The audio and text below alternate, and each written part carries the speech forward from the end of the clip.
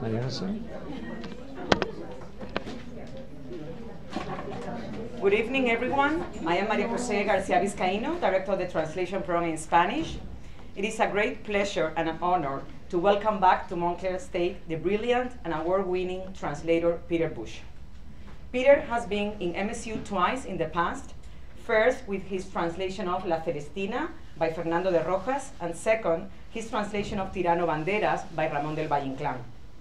So he has been a source of inspiration and motivation for us and for our students in the translation program for some years. Now he's presenting his English translation, Uncertain Glory, by Joan Salas, and I'm sure he will stimulate us intellectually and move us wholeheartedly in the art of translation once again. With Peter today, we have Linda Hollick from New York Review Books Classics. She will be giving us the context of this book and the publications of the translations of this novel. Also, we have today Cristina Maria Hall from Institute Ramon Llull, who will comment on the role of the institution in the translation and will introduce our guest, Peter Bush. After these brief introductions, Peter will have the floor to talk about the process of translating Uncertain Glory and the challenges he encountered. Then we will have some time for Q&A, and right after, we'll have the selling and signing of books.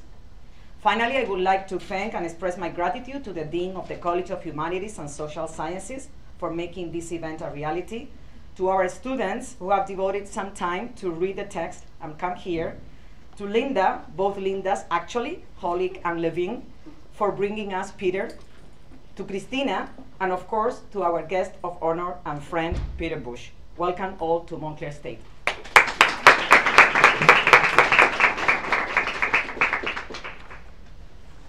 I'm Linda Hollick from New York Review Books. We are the publisher of this wonderful new translation. And I'd like to thank Montclair State University's Department of Spanish and Latino Studies for hosting us with Peter tonight. The novel was originally published in 1956 by Joan Salas, and we've had to wait nearly 60 years for this first English language translation to be available. Until now, people who were interested in the Spanish Civil War, they've had Orwell's Homage to Catalonia and Hemingway's For Whom the Bell Tolls. And now we're very pleased that we can make available to, especially to an English reading audience, a homegrown novel by a Catalan writer.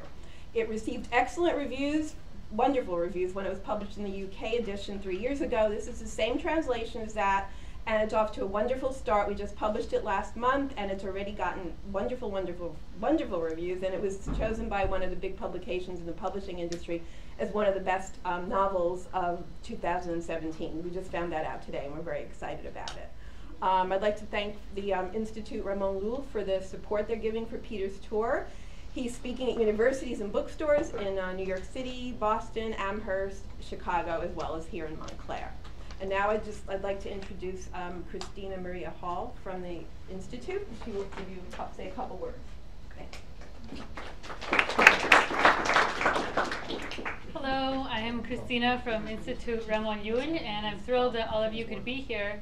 Linda is actually selling the book in the back, and you can have Peter sign it in the end as well, so if you're interested in going back there, that's great. And so Institute Ramon Llull is dedicated to promoting Catalan culture abroad.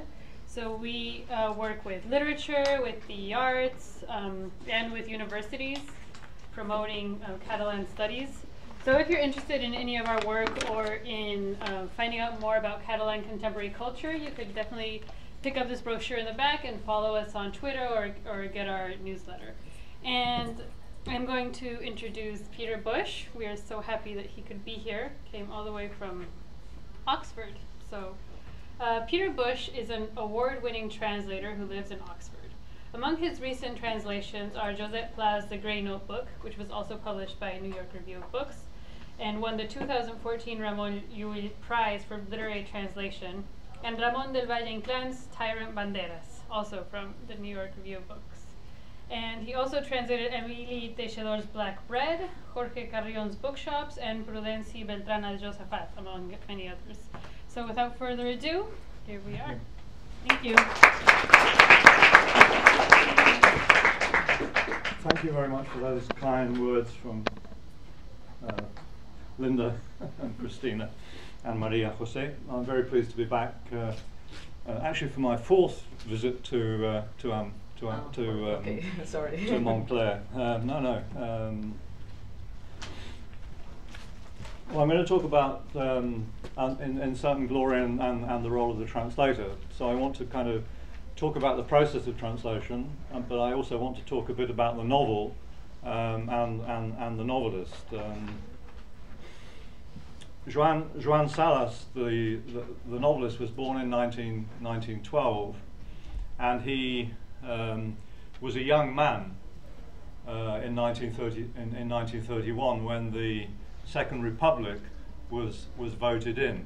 So Spain had a republican government, and the king disappeared, and within 5 years there was a civil war.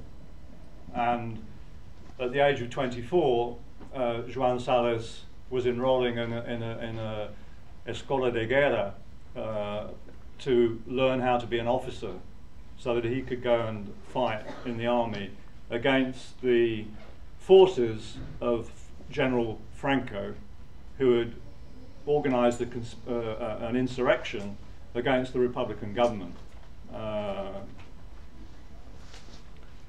So he was in this war school, and in fact didn't go to fight until January 1937, and he was sent to Madrid. Madrid was in the hands of the Republicans, and Madrid was surrounded by fascists, and there was intense fighting there. And he was sent, and he was somebody who came from a Catalan middle-class background. He was a Catholic, a practicing Catholic. A lot of people who fought against Franco, whether they were Catalan or Spanish, were Catholics. The Franco dictatorship tried to portray the war as a Christian crusade against Marxists, atheists, liberals, Jews, and Bolsheviks. But in fact, a large number of Catholics fought with the Republic against the fascists. Anyway, he went to Madrid, to the front in Madrid, and he found himself in charge of what used to be a column called the Durruti column, and these were anarchists. They believed in a different kind of set of beliefs. They were atheists, and many anarchists had, in Barcelona in particular, and throughout Catalonia, in August and September and November of 1936, had killed a lot of priests and burnt a lot of churches. So here he was, a Catholic, found himself in charge of these people who were anarchists. They had very different beliefs to him, but they were on the same side against the fascists. However, he kind of had this idea that all the anarchists were people from outside of Catalonia. They didn't speak Catalan, and that he was surprised to find that many of them actually came from Catalonia, and they spoke Catalan, and he got on reasonably well with them. However, I'm not going to kind of tell you his kind of whole life story, but just to say that he went in, obviously the Republican forces were defeated in 1939, and he went into exile in 1939 with his family, along with hundreds of thousands of Spaniards and Catalans. And he went to Paris, and then from Paris he went on boat to Morocco, and from there to Haiti. And he went from Haiti to the Dominican Republic, and he and his wife spent 2 years on the island of the Dominican Republic.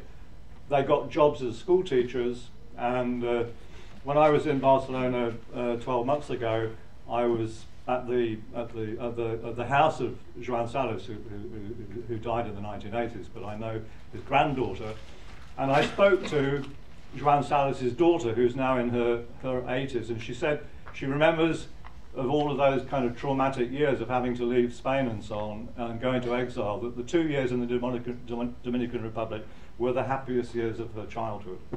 However, they didn't stay in the Dominican Republic. They then went to Mexico City, and in the Mexico City, they stayed there until 1948, when he and his family returned to Barcelona.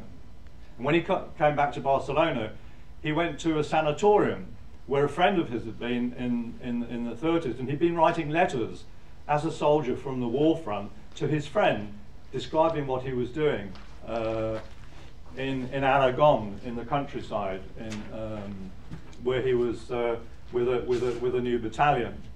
And he described kind of life as a soldier in great detail, everything they did, whether they were actually fighting or whether they were in a period of what they called kind of dead time, when there was a dead front, there was no fighting going on. And when he got to the sanatorium, they gave him this kind of linen bag, and inside the linen bag were the letters that he'd written to this friend, and he read these letters, and that kind of gave him the idea of writing the novel Uncertain Glory. Okay, and he started writing the novel in 1948 in the Franco dictatorship, and writing it in his mother tongue, Catalan. So he wrote it over a period of years, and it was published in 1956, and it was about 315 pages. And obviously, this was the Franco dictatorship, and the Franco dictatorship had basically suppressed the Catalan language. It was not really possible to speak Catalan in public.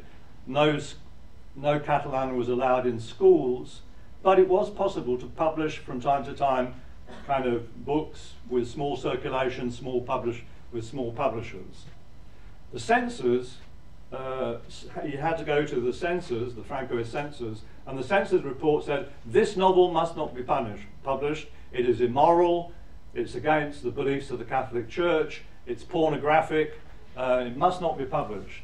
However, it was published because the Bishop of Barcelona, he had a report written, because everything had to go through the church censors and through the censors of the Franco government. And the church report, they got a report by a Jesuit brother, and his report was positive. And the Bishop of Barcelona gave it the nil obstat, you can publish it. So it was published. When it was published, Joan Salas sent it to various publishers outside of Spain, hoping that it would be translated. And this is where we start on the story of the translation of Nuestra Gloria. It was sent to Gallimard in Paris, and the Gallimard publishing house in Paris had a young Spanish writer called Juan Goytisolo. He was working there as a reader. In other words, he read books, and then he wrote reports and recommended books for publication in French. And he was responsible for reading the books that were coming from Spain and from Latin America. For instance, he recommended the publication of 100 Years of Solitude by Garcia Marquez. You may have read that novel. And he read Nuestra Gloria, and he really liked it, thought it was a very good novel, because it was a very original view of the Spanish Civil War. It didn't show everything as black and white. It would show the complexity of the war. And he recommended it for publication, and the publishers decided to publish it. And so it was, the Catalan book was sent to a French translator called Bernard Lafargue. And Bernard Lafargue started translating it, and he had a kind of correspondence with the author. And in the process of this correspondence, Joan Salas began to rewrite the novel. In conversation with his French translator. Salas had fluent French. He actually translated books from French into Catalan. He translated the Brothers Karamazov, for instance, by Dostoevsky into Catalan. And in the course of their correspondence, he began rewriting the novel. And so when the novel, because he realized that he could say things in French that he couldn't possibly have said in Catalan. And the French book came out, the French translation came out, and it was 500 pages more.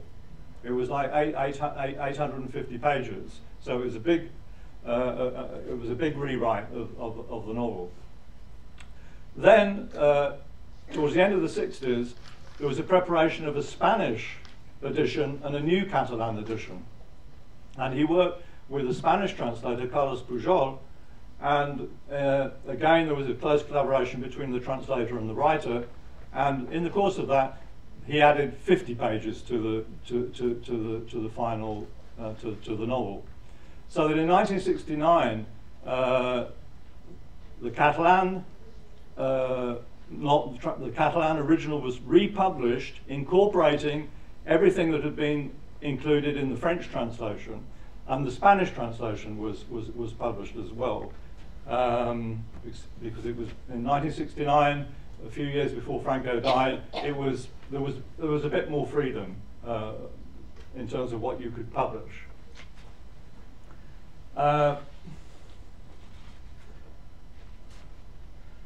So I think, you know, that this kind of story of how this novel was written shows that the important role that kind of often translators can play in the rewriting of things in close collaboration with authors. I think it's an exceptional case. It's quite unusual.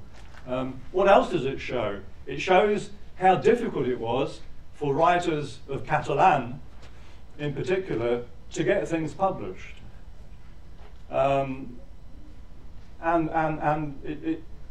We're talking about an experience that he had when he was 24 to 27, when he was very young.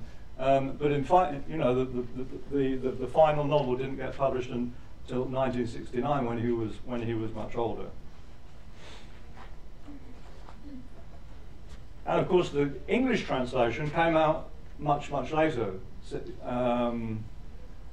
I'll say a bit about that. Why did it take so long for anybody to bring out an English translation? Well, I think there are a number of factors. Because Salas was a Catholic, he wasn't really very much appreciated, even in Catalonia, in the period after Franco's death.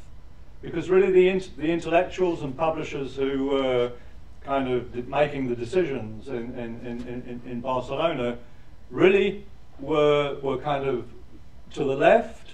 They came from a Marxist background, and they really didn't want to know about a novel that showed the importance of Catholicism on the Republican side, and also which dared to say that there were bad things on both sides. That doesn't mean that Salas was in no way kind of saying that each side was equally bad. He was very clear that the worst thing that could happen would be for the Republic to be defeated. So that meant that in Certa Gloria, within Catalonia, was not a high priority for people to read or to publish. And obviously that meant that there was no stimulus for it to be translated into other languages. And then, and you've got to remember that Catalonia is like, it's kind of it's a language and culture without a state, without a central state, without a government. It's kind of in the news at the moment because of the conflict that's kind of is surfacing there, surfaced there very dramatically over the last few weeks. But every year there is a big fair called the Frankfurt Book Fair in Germany, and all publishers come to that from all over the world. Agents come because they want to sell the rights of their authors to publishers, and every year at the Frankfurt Book Fair there is a country that's invited. One year it may be China, another year it may be Korea, another year it could be the USA, another year it was Catalonia. And when Catalonia, when a country is chosen, is invited that way, it means that publishers in Germany start to look to translate literature from that country, and the same with other publishers from other countries. It gives a big boost to the literature of that particular country, and there's no doubt that it gave a big boost to the publication of translations of Catalan literature. Okay. Now I, as a translator, had never translated anything from Catalan until 2005. When I was at university, I studied French and Spanish. I was interested in Catalonia and its history, but I didn't learn Catalan. And that was something that came much later. But I moved to Barcelona to live in 2003, and I learned to speak Catalan fluently. And the publisher, after the Frankfurt Book Fair, I got an email from a publisher, Peter Owen, and they asked me whether I could translate a novel by Kim Munzo. And I said yes, and I translated. That was my first translation of a Catalan novel. And since then, I've translated 20 novels from Catalan. And other translators have translated quite a lot as well. So it means that there's now a body of translations of Catalan literature. So if you're interested, you know, if anybody is a reader who's interested in Catalan contemporary literature, there's a lot out there in English for them to read. And I translated the book for a UK press called the Macklehouse Press.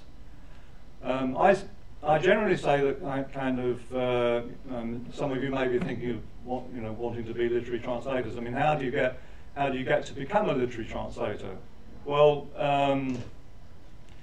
I think 40% of the titles that I translate are ideas that I take to publishers and try and convince them to translate this work. And kind of 60% are they come to me and say, can you translate this book, or do you want to translate this book? But a good way to start is if there's a work that you really like, and it's not been translated, then you have to kind of write a report, perhaps do a sample translation, and kind of look at which publisher you think might be interested in this kind of novel. If it's a novel that's set in the countryside, about the rural life, well, you won't take it to a publisher like Serpent's Tail in the UK, who like gritty urban dramas. You have to kind of make sure that there's a match between the book that you want to take to a publisher and the interests of that particular publisher. Right. What I'm going to do now is read something from the novel to give you a kind of flavour. The novel is in 3 parts, and each part has a different narrator. And there are 3 friends who, I mean, they were friends from like early on, from the age of 14 or 15. There are two men, Luis and Cruels. Luis is the son of comes from a rich background, but his parents are dead, and he's kind of got a guardian who runs a factory that manufactures pasta for soup, which is very popular in Spain, not in the UK, but in Spain it's very popular. And Luis is a lieutenant, and he's in Aragon, and he is really the figure of Joan Salas. In fact, some of you may have seen the film that has just been released in Santa Gloria, and actually the Luis character in the novel, in the film, is actually called Joan Salas. And Joan Salas has a partner, Trini. And Trini comes from a very different background. Her great-grandfather came from the countryside in Catalonia. Her grandparents, her great-grandparents had a big farmhouse, and they had animals, and they grew crops. And they were Carlists. They were extreme. They had an extreme view of the Catholic Church. They really believed in the Pope and using Latin and all of that. And her grandfather rebelled against that family, and he went to Barcelona to work, and he was a tram driver. So he went from this rural farmhouse in the mountains in deepest Catalonia. He went to Barcelona and became a tram driver, a very different kind of life, and he had children. And Trini's father was also, I think, a tram driver to start with, but he became an anarchist, and he went to the Escola Moderna, which was an anarchist, very famous anarchist school, and became a full-blooded anarchist, but a pacifist anarchist. There are different kinds of anarchists. You may think of anarchists as being terrorists, of people throwing bombs, but not all anarchists are like that. That's one kind of anarchist. They're like direct action anarchists. There are other anarchists who believe in trade unions, in defending workers' rights, and they spend all their activity, in Spain, developing trade unions, particularly in Barcelona and in the textile factories in Catalonia. And then there's another kind of anarchist, which is Trini's father, who are pacifists, who believe in education, that you get a new kind of society, a more equal society, a more just society, through education. And that was Trini's father. The other character who narrates is Cruels, and he's somebody who was training to be a priest before the Civil War, and again he's somebody who goes into to fight for the Republic. And there's a fourth person, Julie Soleras, who is a very cynical but very amusing guy, and he doesn't narrate anything, but he's in a way the central character across the three parts. And these three men, Cruels, Luis, and Julie, are all in love with the one woman, Trini. And Luis, who is her partner, who is Trini's partner, and they have a son, Ramonet. Luis is a philanderer. He kind of, he flirts, he loves to flirt, and he doesn't, he's at the front, and she's in Barcelona. She's having a bad time because there's no food in Barcelona. It's very difficult kind of surviving in Barcelona. He's in the countryside where there is more food because it's growing there in the fields. He hardly bothers to write back to her because he's got his mind on other things, including the lady of the manor in the village where his battalion is posted. What Trini does, she writes to the other guy, to Julie. So the first part are letters from Luis to his brother, who is in a hospital looking after sort of people who are mentally ill. He writes to his brother about what he's doing. The second part is Trini writing about what's happening in Barcelona to Julie. And I'm going to. And the third part is Cruels writing about his experience at the front. And in all of these things, they write about what it was like when they were 14 and 15, what it was like before they were actually involved in the bloody civil war, and how things have changed dramatically. So there are a lot of flashbacks in the narrative. And I'm going to read a passage so you get some idea about. So this is Trini, who is talking about when they were younger. And this is in a letter to Julie, who is in love with her. This inclination to scrape the linings of memory must be an illness that might be cured if I had more to do. What does the lady of the house do when she has an only child who spends the whole day at school? In times past they spun, they wove, they mended, they kneaded dough and baked bread. They washed clothes and made their own soap and lye. All this fulfilled them and gave meaning to each hour, each day, each year, to their lives. Sometimes the void is so deadening, I start to feel nostalgic for the way of life of my great-great-grandmothers on the farm in Forcas de Monreal. This is the place in the mountains. Did I ever tell you about the Forcas de Monreal farm? It was Luis's idea to go. All I knew was that my grandfather was born there. He came to Barcelona at the age of 12 to find work and never went back. He thought he'd been the victim of an injustice because the estate hadn't been divided up equally between the 13 children.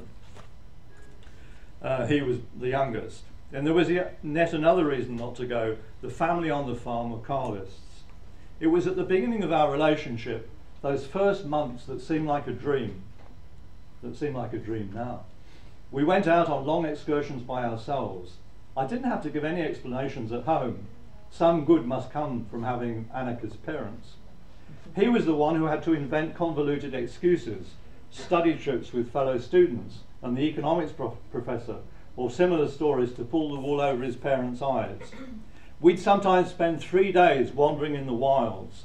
When night fell, we'd sleep in the barn of the first farmhouse we came across, if they didn't have a bed for us. We acted as husband and wife, and always met the same outcry: "You're so young." He was 18 and I was 15. We'd add 4 or 5 years in response to any questions like that. That spring of 1931 was so exciting. Will there ever be another spring like it? Luis and I and you and all of us student revolutionaries had assembled outside the place of the Generalitat on that unforgettable afternoon on the 14th of April, when Colonel Macià proclaimed a Catalan republic. That old conspirator of a colonel was so white-haired and had such a poet's eyes that welled up with tears whenever he appeared on the balcony to greet the crowd gathered in Plaça de Sant Jaume. We were all brothers in those days. There were only Catalans. A white-haired old colonel and a brightly coloured flag that had united us over centuries had made the miracle possible. How it flapped in the blustery spring wind. What joy was in our eyes. How that luminous piece of cloth made us feel like the children of one big family. What a glorious 14th of April. The whole country was perfumed by blossoming thyme, a land emerging from long hibernation. And we were so young and so free and felt we'd come into this world to change it. Who could have held us back? Everything smelled of thyme, of Easter. It was the glory of an April day we didn't anticipate would be so uncertain. Who'd have thought that explosion of joy would end 5 years later in the most absurd butchery? You were the only one who had any idea, but at the time we took very little notice of you. So I think that kind of gives you some idea of how these were very, very young people who were kind of involved in politics, who were full of hope and illusion, and not at all realizing that round the corner in a few years would lead them into a war and then into exile when they would have to leave their own country. In the novel, there are these different voices, these main protagonists, but there are lots of other. There are people, the peasant women who live in Aragon, where the soldiers are billeted. They stay in the homes of peasants in Aragon, who speak with a non-standard Spanish. They speak with, not in Catalan, they're in Aragon, and it's only in a kind of a strip of Aragon close to Catalonia where they speak both Spanish and Catalan. In northern Aragon, they speak Spanish, and these peasants speak in a non-standard dialect. And I know that some of you have kind of have had a look at these translations. Some of you have, and some of you haven't. Yeah, there are some, but not very many. What I suggest is that I'm going to ask Maria Jose to read the passage in Spanish, and then I will read my translation in the English. And just to, I mean, this is the passage that I've just read to you was obviously. Trini is somebody who's had her anarchist parents have educated her. She's very fluent. She's very articulate. She kind of writes very lyrically about her young experiences with her lover in the countryside. Now we're going to hear in a minute. You can sit down, Maria. Okay. I'm not right. It's on page 1 for my translation. For those of you who've got these handouts, it's on page 1. Basically, this is a big issue in translation. What do you do when characters in a novel or in a play speak non-standard language? Do you translate it into non-standard language? Do you iron it out and make it standard? Some of you may have seen films by Pablo Almodovar, and these films are subtitled. And if you see some of the earlier films of Almodovar, and you look at the subtitles and you hear the kind of conversations that are going on in the Spanish, you'll find that in the subtitles there's very little variety in the use of non-standard language. And Almodovar's characters will use a lot of swear words, very different swear words. And yet in the subtitles they'll only use one, which of course I won't mention in the company. Why is that? You can find novels where there's a lot of non-standard language in which the translations there is no non-standard. So why is this? Well, you may kind of have ideas about that. There's even the issue of what, I mean, apart from the non-standard, there's also the issue of American English and British English, which are different. I'm from the UK. I translate into on the whole UK English, but I'm published by American publishers. Some American publishers and some British publishers and some translators get around this whole the American and English thing by going for something that's known as mid-Atlantic English. In other words, it's a kind of neutral English which is easily understood on both sides of the pond. And that may work in certain translations, but on the whole I'm opposed to that, because I think mid-Atlantic English is an English that's not used by anybody really. So it's, in a way, it's lifeless, whereas literature should have life. It should kind of grab us and make us want to read. And if something is kind of slightly neutral and is lacking in nuances and feeling, then it's not going to grab the reader. But this can be an issue when it comes to editing, because there are editors in the UK who, when they get an American translator, will kind of try and hammer out the Americanisms, and it can happen, vice versa. It can happen here. I haven't really kind of suffered from that with my publishers in the United States, but I know it can happen. Anyway, to give you a kind of an insight into this, we'll just read this passage. And perhaps if you read because most of you understand Spanish, don't you? So let's hear the Spanish first, and then we'll hear my translation. And you're going to do it in Aragonese accent, right? I will try. Su vergüenza la provecica, salta ella escarmiento compasivo. ¿De cuándo acá supo ella lo que es? Por la vergüenza nos casamos las demás, por la honra nos casamos, que no por tener hambre. Pero ella por sus malos remedios se coló en el castillo, que siempre las ólipas a los castillos viejos van. La rabosa se vio señora por sus remedios, sin tener que trabajar en la siega, ni en la vendimia, ni a plegar fierno ni nada. Vida de señora, tiniente, vida de gran señora. Por las mañanicas darle su calderada a la berra y su maíz a las pollas, y a la tardecica un paseíco por la huerta, y antes de acocharse un baño de agua caliente, con su jabón de olores como una gran puerca. And this is my translation. Ah, her innocence, the poor wretch, she rasped, scorning his compassionate tone. When did she ever know what that was? We all got married for our innocence. We married for our honour, and not because we was hungry. But she and her witchy ways slipped into the castle. For bats like her always make their homes in old castles. That vixen's witchy ways made her the mistress of the castle, and she ne'er had to work in the harvest, or pick grapes, or collect shit up. None of that. A lady's life, Lieutenant. A grand lady's life.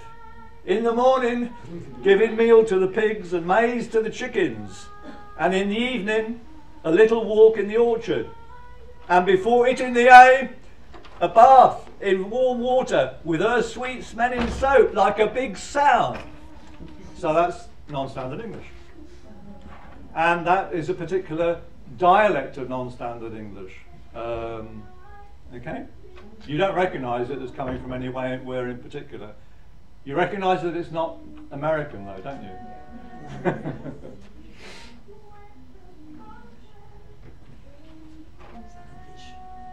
Pardon? It's a tradition. Okay, well, musical background. We'll have to compete.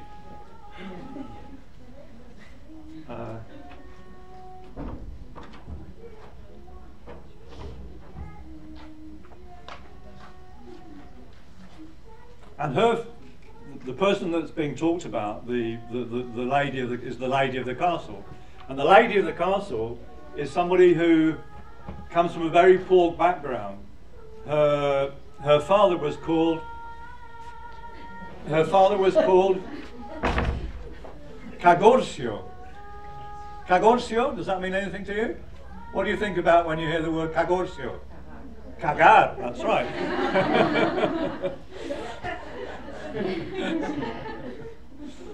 That's right, Cagorcio. So what I translated his name, because I think Cagorcio, it's funny, isn't it? You eventually got it. Right. So he's called Turdy. Okay? So her father is Turdy. And the woman who's speaking is the miller's wife, who lives kind of outside the village, and she really can't stand the lady in the castle, because she knows she's Turdy's daughter, and what right is she to be lording it in the castle?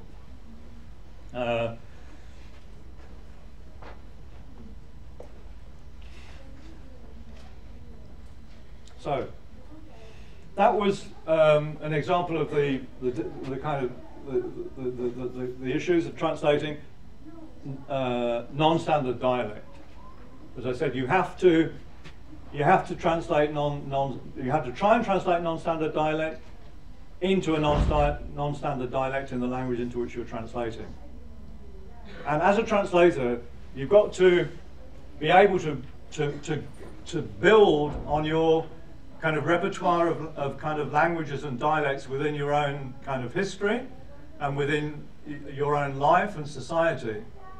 And if something is lacking, then you have to go out and kind of look for it somewhere. What do I mean by that?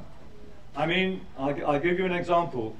When I translated for the New York Review of Books, The Grey Notebook by Josette Pla does lots of very kind of impressionistic descriptions of the sea and of nature.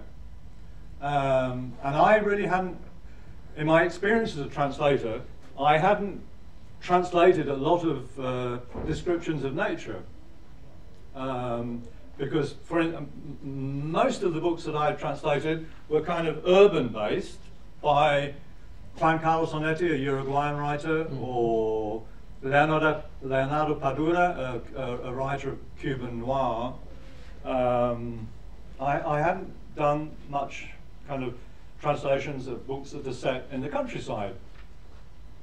And certainly I never kind of confronted such sensitive descriptions of the sea, the colours in the sea or the sky, and I found them extremely difficult to translate. The most difficult things in that translation were the extensive descriptions of nature. So what did I do? Well, what I did was to kind of read round in kind of English and American fiction writers who did describe landscapes. And I also, when I'm translating, I'll probably do 7 or 8 drafts.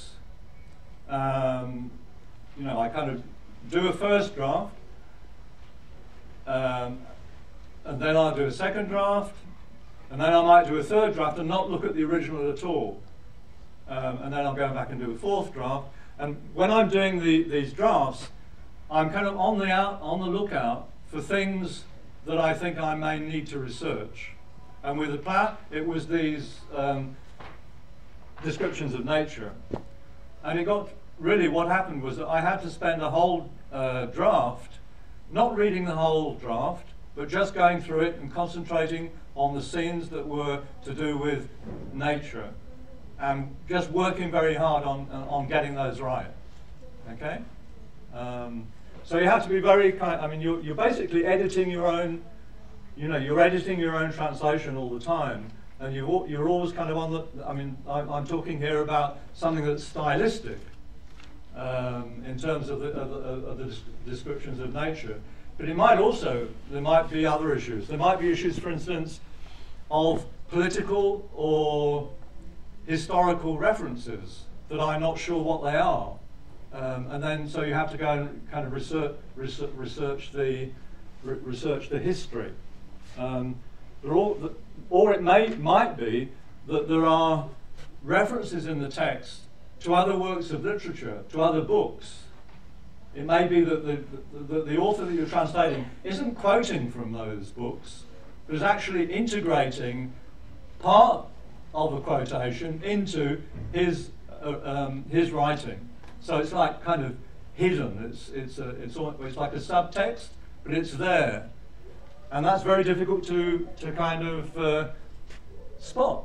It can be very, very difficult to spot. I'll give you an example of a book that was very full of that. A book by Juan Goytisolo, which in Caragicomedia, which I called a cockeyed comedy. And basically, it was like going through. He was going. It's a complicated novel, but basically, from the point of view of this kind of intertextual reference, he was drawing on Spanish texts from the Middle Ages to the 20th century that dealt with queer themes. And he was taking out lines or images from work from all that expanse of time and kind of parodying them in his text. Fortunately, I've worked with Goytisolo for a long time, and we were friends, and I could consult with him. And obviously I couldn't consult over everything, but he was very helpful when I kind of sent him questions. But that's only one side of it. Once you've identified it, that's only part of the struggle. What do you do with that in English? And then I reread Chaucer. I reread some of the comedies of Shakespeare. And not that you can automatically get stuff out of this writing, but it helps. And you can find words, kind of perhaps archaic words and so on, that you can build into your translation, so that your English has also that kind of intertextual density that the original has. But it might be that you're reading you're translating a modern novel that's got all kinds of references to music, to modern music, and to music that I don't know, like pop music or jazz or something that I'm not familiar with. Well, what you have to go and research that. You have to listen to the music, and then you have to work out, what you're going to do with it in the translation. So, all of these challenges are what makes translation makes it so kind of fascinating and interesting. Because people tend to think that translation is about you go to a dictionary, you look up a word, and then you just kind of use that word. Well, it's not like that at all, because you've got to recreate the style, and you've got to recreate all those resonances that are there in the original. And that's the kind of creative side of literary translation. Because you're rewriting something. What you're doing is not totally original, but it is original in the sense that you're rewriting something that kind of exists. It already exists, but in another language, and you've got to rewrite it.